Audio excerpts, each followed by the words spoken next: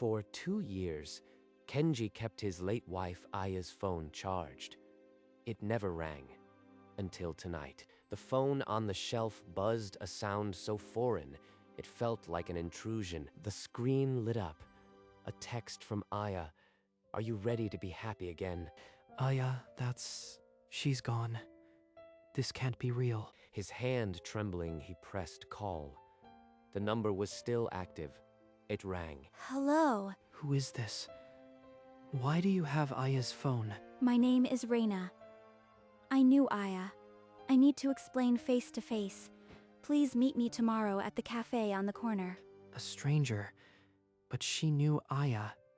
I have to find out what's happening. Kenji's reply was a hoarse fine. The call ended. He stared at Aya's photo. 2 years of silence, shattered by a single text. The next morning, Kenji moved through his apartment like a ghost, dressing for a meeting that felt like a trap. A stranger with Aya's phone. What if it's some cruel joke? He grabbed his keys and stepped into the gray morning. Why did she say I need to explain face to face? What can't be said on the phone? The cafe was a 20-minute walk. Each step tightened the knot in his chest. If someone's tormenting me, I'll make them regret it. If this is real, what then? He arrived too early. The cafe's warm light spilled onto the wet pavement. I haven't been this afraid since the hospital. A woman with brown hair tied back sat alone at a corner table, hands clasped. He knew it was her. She looks ordinary, like someone who'd hold a dying woman's hand. Kenji pushed open the cafe door. The warm air and coffee scent did nothing to calm his nerves. Thank you for coming. I am sorry this is so strange. I barely know where to start. Start with why you have my wife's phone and how you sent a text from her number. I was a hospice volunteer. Aya and I became close in her final weeks. She trusted me with something. She gave me a duplicate SIM card. She had planned messages for you. I just pressed send on the first one last night. She slid a phone across the table. The screen showed Aya's words. I love you, but you need to live again. That's her. That's Aya. Still trying to take care of me from the grave. Kenji's composure shattered. 2 years of suppressed grief erupted in a quiet cafe. Why now? Why 2 years? She believed you'd need at least 2 years before you could hear this. What else did she plan? How many messages? Tell me everything. I can't say exactly. They're scheduled over months. She asked me to only reveal them at the right time. I am sorry. It's what she wanted. She never trusted me to live without her. Now she's still pulling strings from the grave. He stood up, the chair scraping loudly, and walked toward the door without another word. I am not a puppet for a woman who left me behind. He left Reina sitting alone, the cafe door swinging shut, the rain swallowing the sound. Back in his apartment, he stood before Aya's photo, the weight of her manipulation pressing on his chest. You couldn't just let me grieve, could you? You had to manage it, control it. He didn't throw the phone. He just stared at it.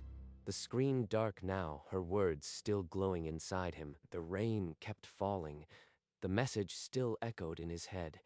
A question he couldn't answer yet. The next evening, the phone buzzed again. Kenji nearly dropped his cup. Aya's second message glowed on the screen. Do you remember our first date? That date was the aquarium. She'd known I'd break there. He snatched his phone and called Reina, his voice shaking with fury. You knew this was coming. What's the next message? A wedding invitation. I only know the first few. They're pre-written. I promise you, I am not controlling them. If I show you the letters, the schedule, will you believe me? Fine. Send me your address. But if this is a trick... Within the hour, he was on her doorstep, the weight of Aya's careful plan pressing on him. The door opened. Reina looked up at him, a stack of letters clutched in her hands. her expression pleading and desperate. She stepped aside, and Kenji entered a small living room filled with evidence of Aya's final orchestration. I kept everything. Every letter. Every note she wrote for you. How could a stranger mean so much to my wife? Aya. And I spent her last weeks talking about everything. You, her fears, her hopes. She made me promise to send these messages exactly as planned. I've been waiting 2 years, counting down days. She handed him a small schedule book, each date marked with a message and a time. There are months of them. She timed them to reach you gradually. Aya planned every step while she was dying. I am sorry I've been the messenger. I know that makes me hard to trust. For the first time, Kenji saw the burden Reina carried, the keeper of a dead woman's final wish. Weeks passed. Aya's messages arrived like clockwork. Every month, a new thread from beyond. One evening, the phone lit up with a simple observation. Reina likes the same books you do. Aya noticed that? Or was she planting seeds? Either way, when I talk to Reina now, the silence feels less heavy. He started meeting Reina more often. A walk in the autumn park, coffee under gray skies, each time without Aya's shadow pressing quite as hard. Aya told me you loved that author. I finally read his last novel. It broke me. She's becoming someone I look forward to seeing. But this feels like a betrayal. Aya orchestrated this, and I am just following her script. One afternoon, as they sat on a park bench, the weight of it became too much. Reina, I think we should see each other less. These meetings, they feel like I am betraying Aya's memory. I understand. I am sorry. I never meant to cause more pain. Kenji walked away, leaving her on the bench. His chest ached with the decision, but guilt screamed louder than gratitude. The following week, a new message arrived on Aya's phone. Not just words. Coordinates. Kenji read, "Go to the park by the old oak tree. Our anniversary spot. 4 p.m. Please be there." She's mapping out my days from the grave. But I can't ignore this. At the park, right on time, Reina walked up the path, eyes wide, phone in hand.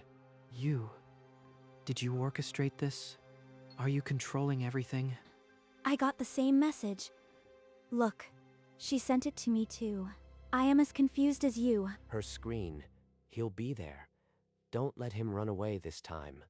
He needs you. Different words. She's not just guiding me, she's pushing us together. He slumped onto the park bench, all fight gone. She hesitated, then sat beside him. They didn't speak. Aya's plan, undeniable now, settled over them with the evening chill. Kenji, there's something else. Aya's plan wasn't just about the messages. It was about us. What do you mean, us? Aya believed you and I were suited. She wanted me to. Consider being more than a messenger. To possibly love you. She's saying Aya chose my next wife, like she'd pick out a sofa. While she was dying, she was matchmaking. I am sorry I kept it hidden. I was scared. I didn't know if you'd ever want this. All those coincidences were you carrying out orders. I can't even look at you right now. He spun around and walked away, leaving her alone under the darkening sky. Reina buried her face in her hands, the weight of 2 years' anticipation crumbling into sorrow. Aya, you didn't just plan my mourning. You planned my future. How could you do this? In the silent apartment, Aya's photograph watched him, a silent accomplice to a love story he never agreed to. He couldn't just stand there anymore. He needed answers in the things she left behind. Kenji opened the drawer of her keepsakes, things untouched since the funeral. His hands trembled as he pulled out a yellowed letter, her handwriting curling across the page. He read, "My dear Kenji, if you are reading this, I am already gone. I want you to live, to be happy, even if it's not with me." She wasn't controlling him. She was giving him permission to breathe again. He pressed the letter to his chest, tears soaking the pages, years of stored grief finally breaking loose. Reina must be carrying this weight alone now. I accused her for honoring Aya's last kindness. He grabbed his phone, wiped his eyes, and dialed her number before he could lose his courage. Hello? Reina, I am sorry. I was wrong. Please, can we talk? Honestly, this time. Reina agreed, her voice thick with relief. The next morning, they sat in the same cafe, unsaid words heavy between them. I found Aya's letter. She wanted me happy, even without her. I was blind with anger. I forgot how much she loved me. I understand anger, but I am scared. If you move on, you'll forget her. If you don't, I'll always be her shadow. I am terrified. I'll erase her. But her letter. She wanted me to live. 2 years I kept her secret, and I started to care about you. But I refused to be a replacement. Then let's not do this for Aya. Let's just start as friends. No expectations. Friends. I can do that, Kenji. They sat in silence, the cafe clatter filling the gaps. Their hands moved on the table, fingertips nearly touching.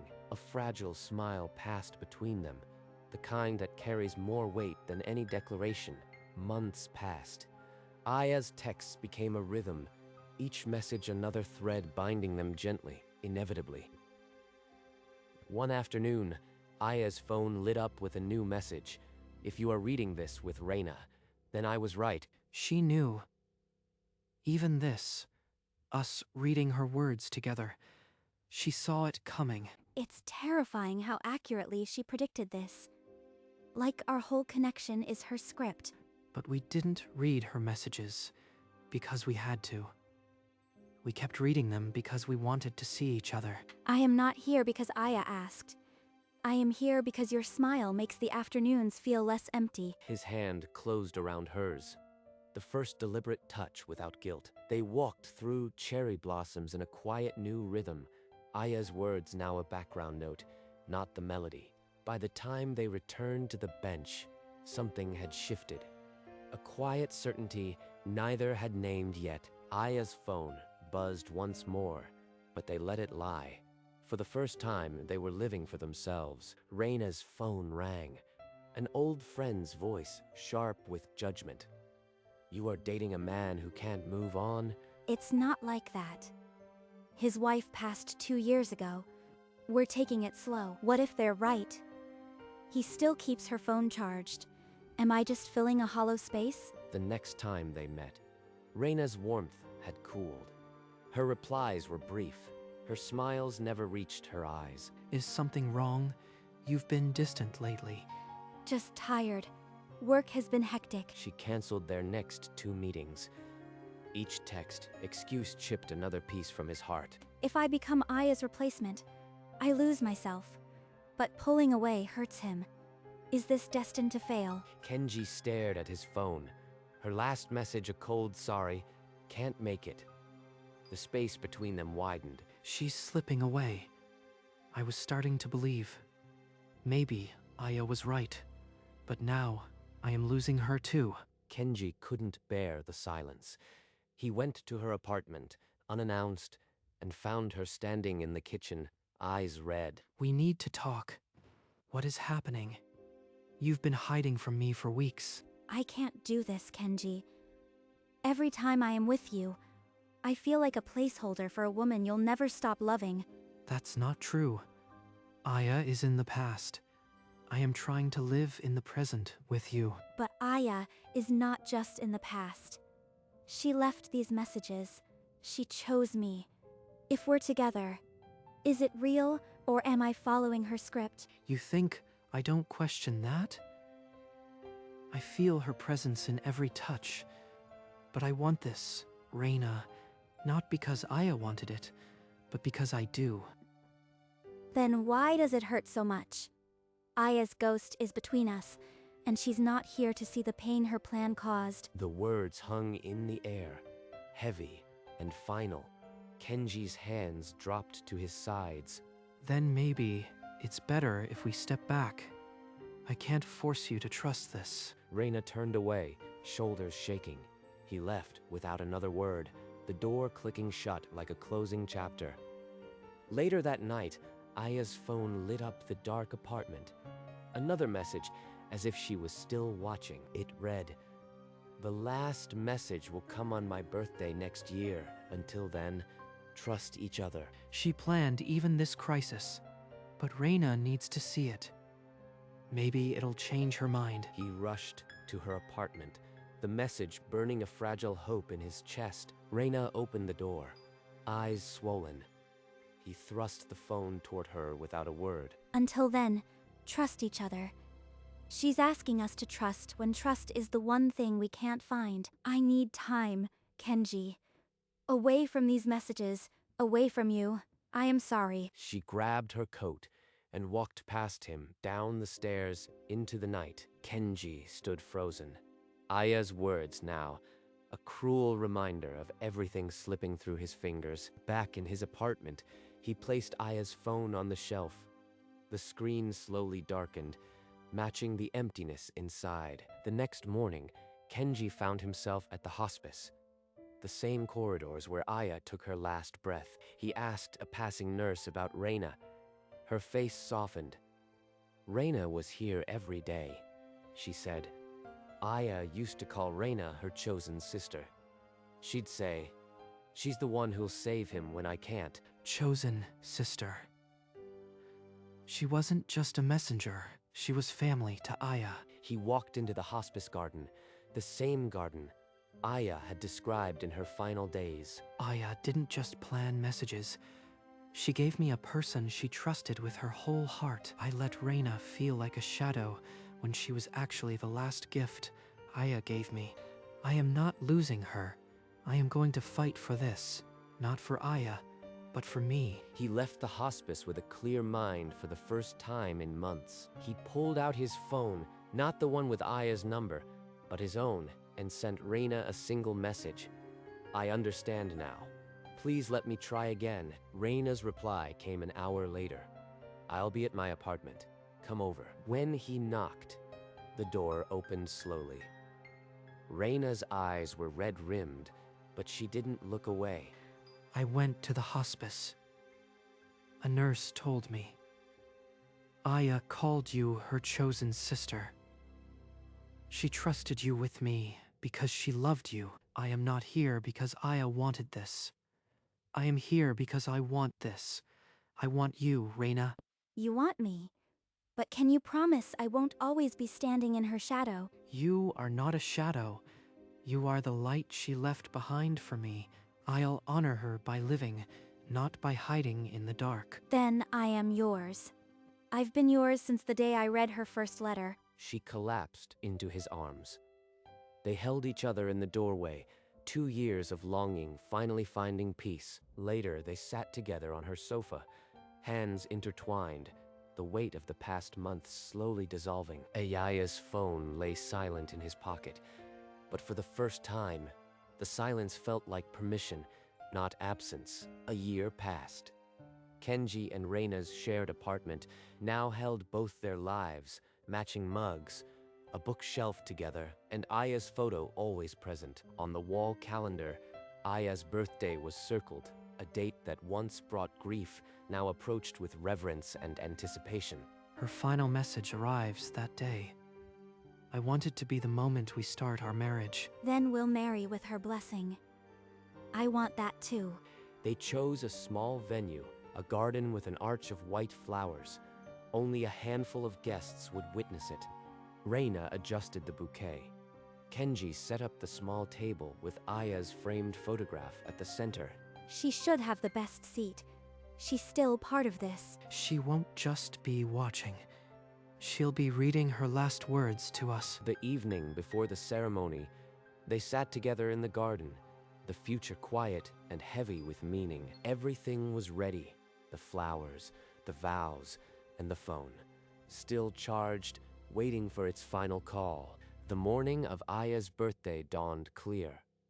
The garden arch glowed under soft sunlight. A small gathering watched as Kenji and Reina stood before the officiant, Aya's photograph smiling from the head table. Reina, I never thought I'd love again. You showed me life wasn't over. I promise to walk forward with you, always. Kenji, I promise to honor the past without living in its shadow. With you, I found a future I didn't know I was allowed. Just as she finished, a familiar buzz cut through the silence. Aya's phone on the table lit up. They both turned. The screen read, "Thank you for letting yourself live." She's telling us it's okay. It's really okay. Thank you, Aya, for everything. They turned back to the officiant, tears on their faces, and finished their vows with Aya's photo watching. The officiant pronounced them married. Under the arch, they kissed, hands clasped, a new chapter beginning. As the guests drifted toward the reception, Kenji walked to the small table where Aya's phone rested beside her photograph. He lifted the phone. The screen still glowed with her last words, "Thank you for letting yourself live." Thank you for letting me live. I'll carry you with me, always. His thumb pressed the power button.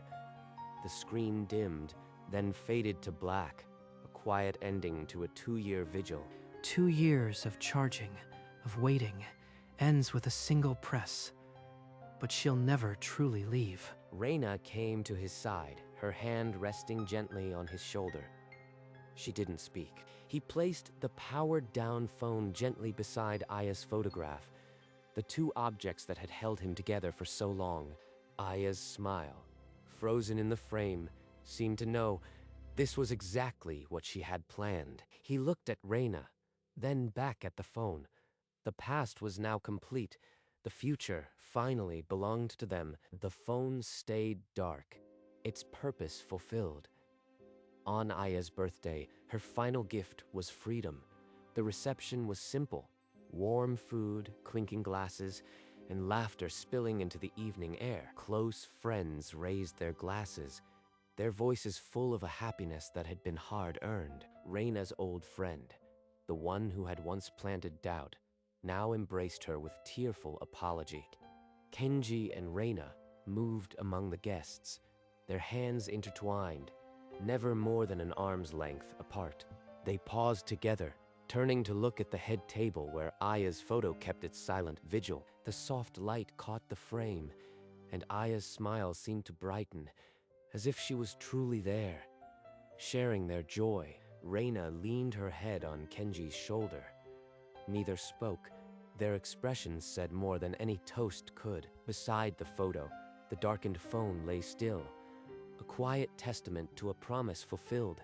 Laughter and music filled the garden, but their gaze stayed on that photograph, a silent thank you. In that moment, the past was not erased, it was honored, included, and finally allowed to rest in love. The reception wound down under a violet sky. Kenji and Reina slipped away, hand in hand, leaving behind the warmth of toasts and laughter. The path home was lined with cherry blossoms, petals drifting onto the pavement like the last pages of a long book. They didn't speak. Their steps fell in a rhythm known only to those who have carried grief together and come out the other side. Her veil trailed behind her, catching the last light. His shoulder brushed hers with every step. When they reached their apartment, the lamp was still on. Inside, everything was exactly as they'd left it. The photo, the flowers, the charged phone, now dark. They paused before the shelf. Aya's photograph smiled back at them, the powered-off phone resting beside it like a sleeping friend. Kenji rested his hand on the frame. Reina covered his hand with hers. A single touch, a shared prayer of gratitude. No more messages would come. No more waiting. Only this, a life built on the love she'd given them permission to accept. They stood there, not as widower and messenger, but as husband and wife, woven together by a woman who had loved them both enough to let go. And in the silence of that room, where a phone no longer needed charging, a new story began. Not because Aya commanded it, but because she trusted them to find it.